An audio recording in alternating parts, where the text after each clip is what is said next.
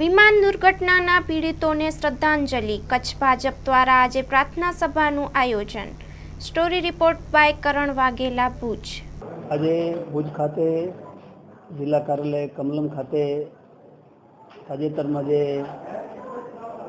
Ahmedabad લંડનની air ઇન્ડિયાની જે ફ્લાઇટની દુર્ઘટના થઈ એમાં 270 કરતાં વધારે જે દિવંગતો અવસાન પામ્યા. એમાં 270થી નાગરિકો અને અમારા પાર્ટીના વરિષ્ઠ આગેવાન, પ્રદેશના પૂર્વ પ્રદેશ અધ્યક્ષ, પૂર્વ મુખ્યમંત્રી, અનેકવિધ પાર્ટીની નાની મોટી જવાબદારીઓ જેમણે પાર્ટીને સંભાળી છે એવા શ્રી વિજયભાઈ રૂપાણીનું નિધન થયું અને એમના માટે આજે અહીંયા જિલ્લા કાર્યાલય મધ્યે પ્રાર્થના સભાનું આયોજન થયું હતું.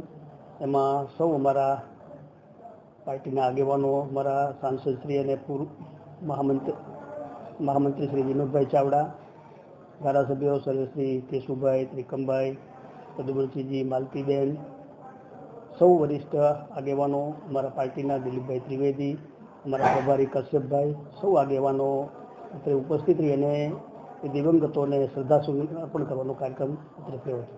આજે ભુજ ખાતે 12મી જૂનના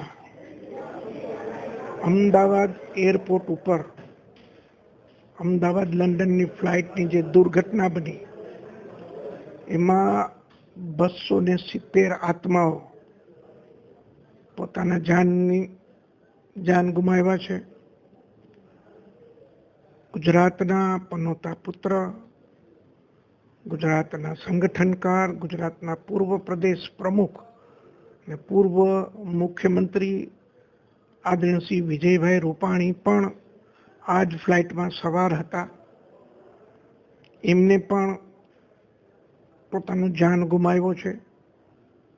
કચ્છ જિલ્લા ભાજપે 270 હુતાત્માઓને અને આદરણીય વિજયભાઈને ભાવાંજલિ આપવાનો આજનો કાર્યક્રમ ભુજના ભારતીય જનતા પાર્ટીના કાર્યાલય ખાતે રાખ્યો. સૌ કાર્યકર્તાઓએ પોતીકો માણસ ગુમાવ્યો એવી ભાવના અને એવી લાગણી આજે ભુજના દરેક કાર્યકર્તા, કચ્છના દરેક કાર્યકર્તા અનુભવી રહ્યા છે.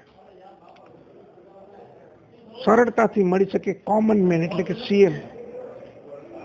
જો સીએમ કોને કહેવાય એનું રૂપ જો જોવું હોય તો આ વિજયભાઈ રૂપાણી એ સીએમ તરીકે એટલે કે કોમન મેન તરીકે લોકોની વચ્ચે હતા. દ્રઢ સરકાર, નિર્ણય કરતી સરકાર, મજબૂત સરકાર, આ બધી જ સરકારોના નામ આપણે જોઈ રહ્યા છીએ ને લોકોને પ્રેસ મીડિયા આપે છે.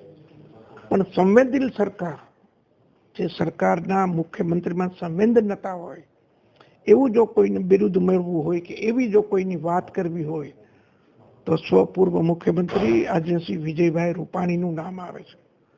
પોતાના પ્રવાસમાં મુખ્યમંત્રીનો કોન્વે ચાલતો હોય અને કોઈ અકસ્માતમાં ભીડ હોય તો પોતાનો કોન્વે ઊભો રાખીને અકસ્માતમાં ઘાયલ થયેલાઓને મદદ કરવી, મૃતાત્માઓને સમયસર હોસ્પિટલે પહોંચાડવા, આ એમનો ધ્યેય હતો, એમનો ઈરાદો હતો.